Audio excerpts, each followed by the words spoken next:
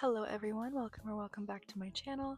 My name is Lauren and today's video is going to be everything that I've learned from posting on YouTube for the last year. I have officially been on YouTube for 1 year and I didn't know that until I was thinking of what video I wanted to film, and I kind of had this idea of posting, everything I've learned once I hit being on YouTube for a year. And I scrolled down to my videos to see when that would be, and I realized that I have been posting long form videos on YouTube since July of 2025, and I posted my first ever video, which was a YouTube short, in May of 2025, so I cannot believe it's already been a year. Time flies. I just have learned so much, and I'm so blessed and grateful for everything that I've learned and everything that's happened for the past year. I thought this was a fun idea. I would love if more content creators and YouTubers did more videos like this where it's just very authentic about their journey becoming a YouTuber.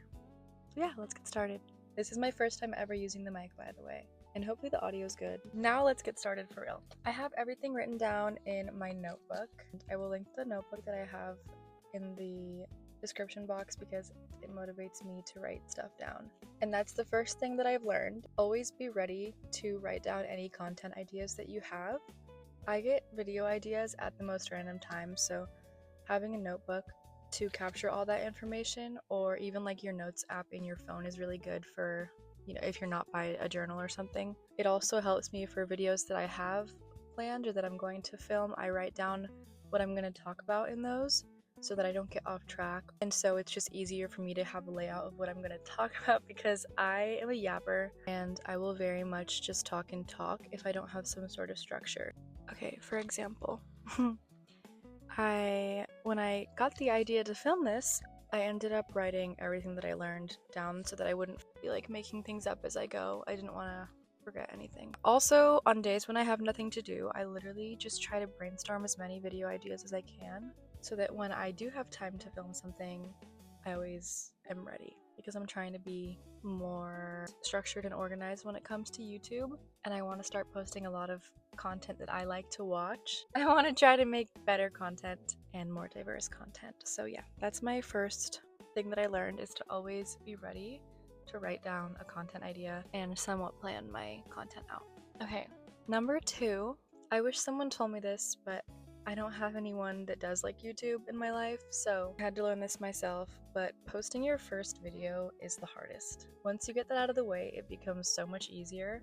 I would come up with so many excuses to not post long form. Short form was very easy because I had posted on TikTok before, I had posted on Instagram Reels, but there was just something so nerve-wracking, and there was so much anticipation built up when it came to me posting my first long-form content video. But once I did it, I felt like a weight was lifted off my shoulders. I've been wanting to do YouTube for probably 10 years. Just kept overcomplicating every reason why I couldn't post. I think my first video was a vlog. It was a week in my life, and it took me so long to post it. I had it filmed, I had it edited for a month before I posted it. Once it was posted, I just felt so much better. If you're in the same place that I was a year ago, just post your video. Just post it. It'll pay off.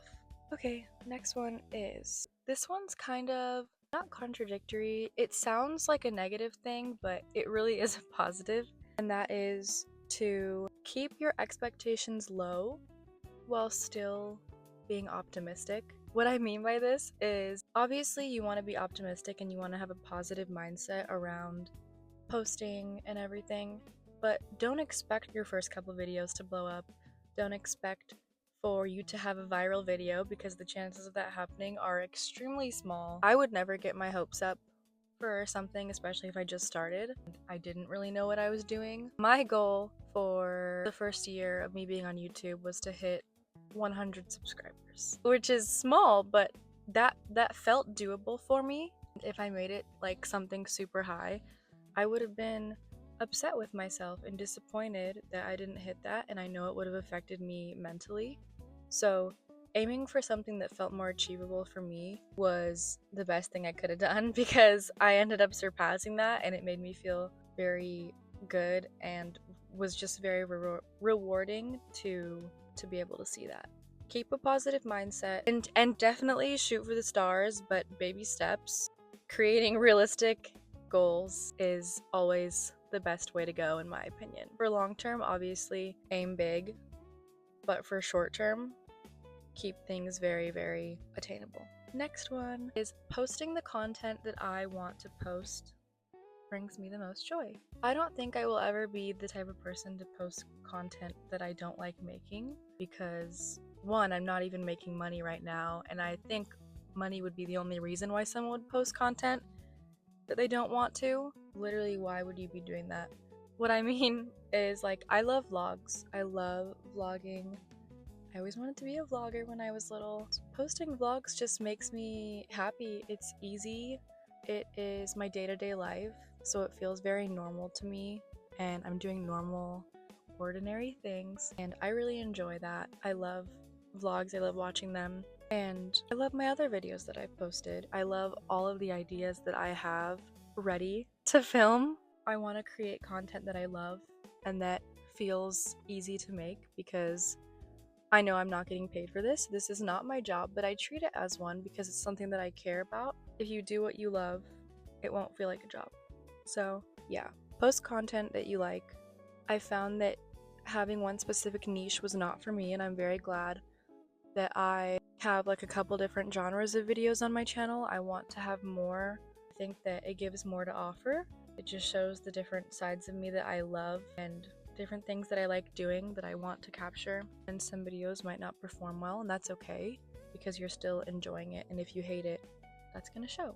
Which brings me into my next point of being myself. I never want to feel like I'm trying to be someone else, because I think that people can really tell when you're not being your true authentic self, and I don't want to be fake. I want to be very realistic and be the person that you see on camera. I would say, if you ask like my friends and family if I'm the way I am on camera, they would say yeah. I believe that. That's why I'm making this video, because I'm being very honest with everything that I've learned. I am by no means a big YouTuber. I just wanted to show you what it's like to have a channel for a year. That's pretty much it. Alright, next one is quality over quantity. If you are on TikTok and you've ever tried to post on TikTok, or you do post, you see a lot of people saying you need to post 10 times a day to push your videos out, and although I do think that posting consistently is very important, you don't need to post 10-20 times a day. Yeah, it may push your video out more, but you're just gonna get views. Focusing on quality of my videos and maybe taking a little bit more time to post, but making sure it's edited well, making sure it's not something that I just threw together in, 20 minutes. Try to be intentional with the stuff you're putting in your videos as well. I try to be very, very realistic, especially like with my vlogs and my daily life. Making sure I get good clips, making sure I try to film as much as possible so you can see what I'm doing is more important to me than just fast uploads, if that makes sense. Sorry, I'm trying to explain that as best as I can. There's not really much to go into detail on, but stay consistent with putting good quality videos out there and it'll bring more success. The next one is learning as you go. I learned so much from when I started posting to now, a year later, and so much about my editing, the kind of videos that I wanted to make, learning actual real things like how to post a YouTube video, how to edit, learning what works for me, about YouTube in general, trying to do a lot of research.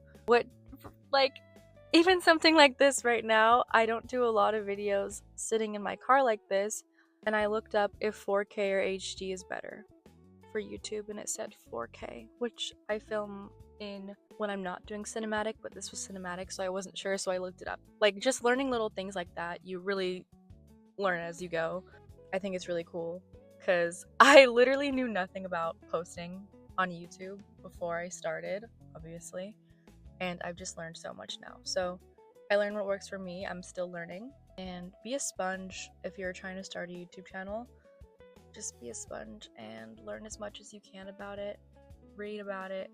Watch videos like this about it. I watch so many YouTube videos on how to start a YouTube channel, how to be successful I just tried to retain as much information and use it to the best of my ability. This one is something that I did not realize at all until I posted my first long form content video, and it is that short and long term content will have completely different audiences, different views, everything. When I started posting on Reels, that was what I did, or sorry, YouTube Shorts, not Reels. When I started posting on YouTube Shorts, the views that I got were pretty high actually. All of my videos got like over 200 views, and these were like the first ones that I was posting. Some of them would get like 1,000 or 1.3 thousand was like my average video viewership on all my shorts. And then when I posted my first long form content video, I think I got like 80 views, and it was kind of hard seeing the high views from my shorts to the low views in my long form content. But you have to realize that unfortunately we live in a time where people don't really want to see a full 20-minute long video, and that's not even that long, but they just want something fast. They want something like TikTok or Instagram Reels or YouTube Shorts. That's why these were made, because people don't have long attention spans. People want something quick. Seeing that was hard. I know that now, and that's totally okay. These are kind of the same thing, but short form will grow faster. I gained a pretty good amount of subscribers from shorts by themselves. You can see on like YouTube analytics what video brings you how many subscribers. And I posted an outfit of the day, and then a month later I got a notification saying like X amount of new subscribers, and I got like 300 subscribers off of one YouTube short, which was absolutely crazy. My brother was like, well, did it transfer? Like, did you see your views and your long form content increase after that? And I was like, I mean, a little bit, but not really. So yeah, it is what it is. I'm glad I got subscribers from that, but it's not the kind of subscribers that I would want from someone watching like a long form vlog of mine. I learned to not offer everything on shorts and long form content, and by this I mean if you're posting a haul like the one that I just posted, like if you're doing a 10-minute long form video that's like whatever 10 minutes, don't post the same haul on YouTube Shorts, because people are gonna watch that over watching the long 10-minute video. What I've learned to do is post my haul as a long video and then go on shorts and post maybe 2 items that I got, or if there's multiple stores that I shopped at, maybe only do a short form video featuring one of the stores that you shopped at, and then in there say, I also filmed a haul of everything that I just got from Aritzia, Victoria's Secret, and Sephora. Feel free to check that out. That will bring more people to that long haul, but it'll still get you views on the short haul as well, if that makes sense. Or like if you're, for example, if you're doing a cooking video and you're cooking pasta, do like small clips in a short form video, and then do like a recipe and how you made it and instructions in a long form video, so then people watch the full thing. That is a tip that really helped me, especially increase my views, was not posting the exact same video basically in both places. And I never heard that from any YouTuber that I watched, and that would have been very helpful information to know. So I'm letting you know that now, because that's probably like one of my biggest tips for you, is separate the two.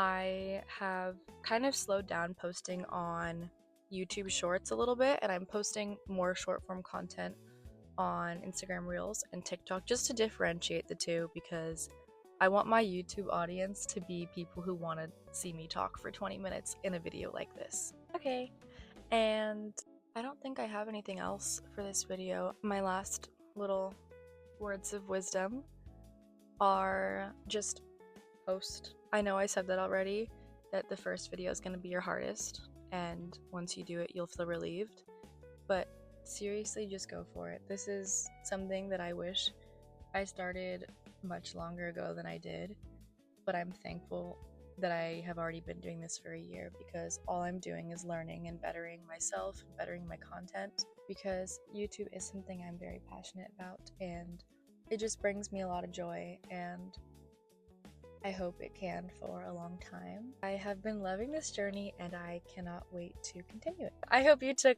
something good from this video. If this helped one person, I will be very, very happy about that. I think I'm gonna head out so I can start editing this and get it posted by tomorrow morning. So thank you so much for watching, and I will see you in the next one. Bye!